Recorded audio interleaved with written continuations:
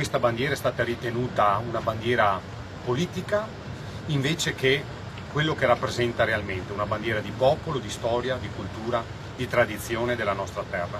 Registra da Palazzo Ferrofini di Venezia, affacciato sul bacino di San Marco e sede del Consiglio regionale, un video biglietto pubblicato sui social e diretto al questore di Padova Paolo Fassari.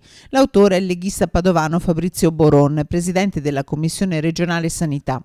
Un biglietto video che annuncia un dono. Al questore sarà fatto omaggio della bandiera del Veneto, quella di cui aveva impedito l'ingresso allo stadio Euganeo, portata con sé da un giovane tifoso.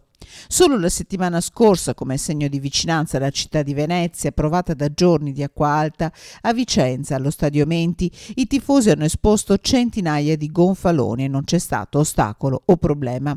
Nessuno ha invocato, come fatto dal questore padovano il 10 novembre, la determinazione dell'osservatorio sulle manifestazioni sportive. Per questo Boron, con il regalo spedito in busta ufficiale della Regione Veneto, invia una richiesta. Chiedendogli che domenica anche Padova possa all'interno del proprio stadio, allo stadio Euganeo, portare questo simbolo di vicinanza al Veneto, di vicinanza alle popolazioni veneziane, perché questo è un simbolo che unisce, è un simbolo che al proprio interno ha scritto pace. Questo non è un simbolo politico, questo è il nostro simbolo della nostra terra.